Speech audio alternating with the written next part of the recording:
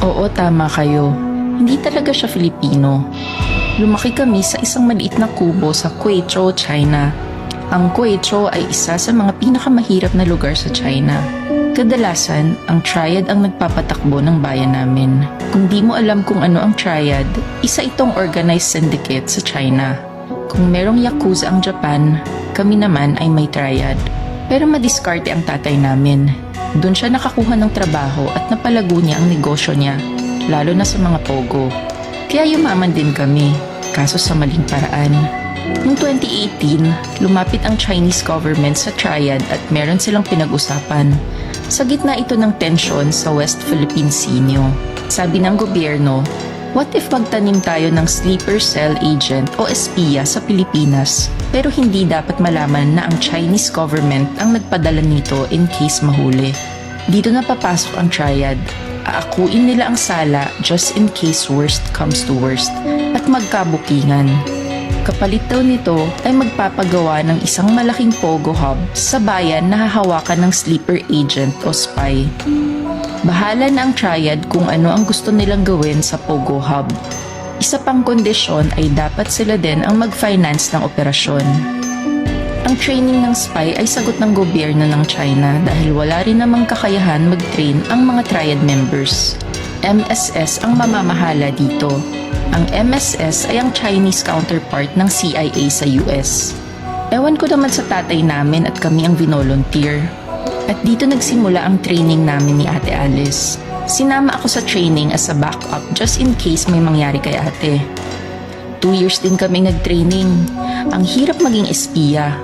Pero ang pinaka-challenge namin ay ang mag-aral ng Tagalog. Pansin nyo din sa hearing, may punto si Ate Alice at basic Tagalog words lang ang gamit. Kasi nga Mandarin talaga ang native language namin. Hindi rin okay ang backstory namin ni Ate Alice. Wala masyadong eksplanasyon sa mga nawawalang taon namin bago dumating ng Pilipinas. Sabi nila, huwag na daw pansinin masyado. Madali namang mauto ang mga Pilipino. Pera lang ang katapat. 2020 pinadala si Ate Alice sa Bamban. At dito na nila plinano na maging mayor si ate sa Bamban. Isang maliit lang na munisipyo para di halata ng Philippine government. Nakapag-register din siya as a voter at nakapasa din sa COMELEC checking as a mayor candidate. Akalain mo yun, pera lang talagang katapat. And the rest of the story ay alam niyo na. Nanalo si ate bilang mayor. Nakapagpagawa siya ng malaking pogo site at pati ang mga pogo workers ay ginawan din nila ng peking passport at birth certificate. Marami ring natutunan si Ate Alice sa Philippine government, lalo na sa emergency response nila in case may aatake. Lalo na din ang mga plano sa West Philippine Sea. Yun nga lang, na-raid ang pogo site na ito at na-trace kay ate. Magaling din si Ate Alice at nalulusutan niya ang mga tanong. Ang nakakatawa dito, kung sa ibang bansa ito, bitay ang katapat ng espionage. Pero dito sa Pinas, parang circus lang, nakakatawa. Kaya nakikiride na lang din ng Chinese government sa circus na ito. Ginawa ng madramang backstory si ate, na sa farm lumaki at anak ng katulong. Kasi mahilig sa mga gantong story ang Pilipino. Nakakaaliw. At hanggang ngayon ay di pa rin inaaresto si Ate Alice. Kamote talaga ang Pilipinas. Pero kausap ko siya last week. Sabi niya, nagustuhan na daw niyang tumira sa Pilipinas. Ayaw na daw niya maging spy. Pipiliin niya daw ang Pilipinas. Sabi ko naman, papatayin siya ng triad or ng MSS kung malaman nila ito.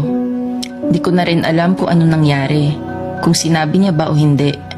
Di ko rin alam kung isang propaganda ang sinabi niya sa akin at ito din ang next niyang sasabihin sa media. Ang alam ko lang, ilang araw ko na siyang di nakakausap. Baka napatay na siya ng MSS or triad dahil pinili niya ang Pilipinas. No comment on the treatment, pero papatunayan namin na Pilipino si Mayor Alice Go. Meron siyang birth certificate. Yung sinabi niya totoo, yung nanay niya ay kasambahay. Tignan niyo yung birth certificate, nakalagay occupation ng kanyang nanay doon, a housekeeper. Meron siyang Filipino passport, wala na siya ibang passport. So now, the burden of proof transfers to the accuser. Napatunayan nila na peke yung mga hawak naming dokumento. Yung kanyang birth certificate, yung kanyang passport, ilang beses na po yun na-renew. Wala ho ibang kinikilalang bansa si Mayor Go, kundi Pilipinas lang. Ayaw nga niya magsalita ng dahil kahit anong pilit sa kanya, dahil ang mother tongue niya ay Tagalog. Sir, bakit hindi raw nahanap yung birth certificate ng parents? Ng nanay in particular. Hindi, yun na yung hindi siya involved doon sa pagkuha ng kanyang birth certificate. Ang nakita niya, yun na yung inabutan niya. At yun yung sinagot niya. Buong tapang sinagot ni Mayor. Lahat ng tanong ng mga senador. Kita nyo naman lahat na binuhos kay Mayor. Pero hindi na tinag si Mayor. Sabi niya talaga na Pilipino ako. At wala akong ibang bansa. Saan nyo ako i-deport? Diba? Pilipinas lang. Ito lang. At hindi niya iiwanan yung Bamban Tarlac. Yun lang po. Maraming salamat. Mayor, you confirm? Iwanan mo Bamban? Hindi. Hindi ko po iwanan ng Okay, yun na po. Bamban at ako po ay isang Filipino. Oh, yun lang po. At Maraming lalo-lalo salamat. na po hindi po ako spy. Okay, yan. Ulitin mo. Sinabi mo. Ako po ay isang Filipino at hindi po ako spy. Thank you.